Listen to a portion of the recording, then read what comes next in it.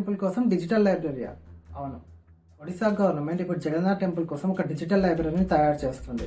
అది కూడా ముఖ్యంగా 12th సెంచరీ నుంచి వస్తున్న ఈ జగన్నాథ్ టెంపుల్ యొక్క డాక్యుమెంట్స్ అండ్ రికార్డ్స్ కోసం. ఈ ప్రాజెక్ట్ ద్వారా కొన్ని వందల ఏళ్ళ నుంచి వస్తున్న డాక్యుమెంట్స్ అండ్ రికార్డ్స్ ఇప్పుడు డిజిటల్ రూపంలో ప్రతి ఒక్కరికి అవైలబుల్గా ఉంటుంది. సూపర్ ఐడియా కదా. స్టేట్ ఆఫ్ ది ఆర్ట్ అనే పేరుతో ఈ డిజిటల్ లైబ్రరీని పూరిలో శ్రీ జగన్నాథ్ టెంపుల్ అడ్మినిస్ట్రేషన్ వాళ్ళు బిల్డ్ చేస్తున్నారు. అలాగే ఈ డిజిటల్ లైబ్రరీని రఘునందన్ లైబ్రరీ అనే పాత లైబ్రరీ ప్లేస్లోనే కడుతున్నారు. అసలు ఈ లైబ్రరీని ఎందుకు కడుతున్నారంటే పాతబడిపోతున్న పాత బుక్స్ని, పామ్ లీవ్స్ మీద రాయబడ్డ మన చరిత్రని, అలాగే ఫేమస్గా చెప్పుకునే మదలపంజి అనే బుక్ని కాపాడుకోవడం కోసం. మదలపంజి అనే ఈ బుక్ టెంపుల్ యొక్క హిస్టారికల్ రికార్డ్.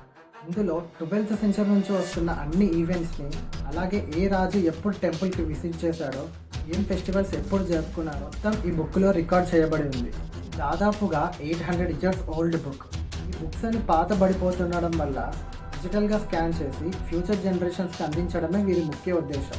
డిజిటల్ లైబ్రరీలో స్టోర్ చేసే బుక్స్ వల్ల మనకి ఒడిశా యొక్క హిస్టరీ తెలుస్తుంది. కానీ ఈ బుక్స్ అన్ని 800 years అవ్వడం వల్ల దాని మీద ఉండే నాలెడ్జ్ అంతా ఇన్సెక్ట్స్ వల్ల, క్లైమేట్ వల్ల పాడైపోతుంది అంటున్నారు.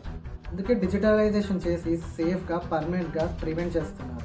ఏముందిలే 800 ఏళ్ళ బుక్కులు కదా, ఇప్పుడు పెట్టుకొని ఉద్ధరించేది ఏముంది అనుకుంటున్నావు కదా.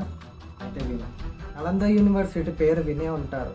1190s టైంలో బఖ్తియార్ ఖిల్జీ అనే రాక్షసుడు నలంద యూనివర్సిటీ లైబ్రరీని, అంటే మన చరిత్రని కాల్చి బూడిద చేశాడు.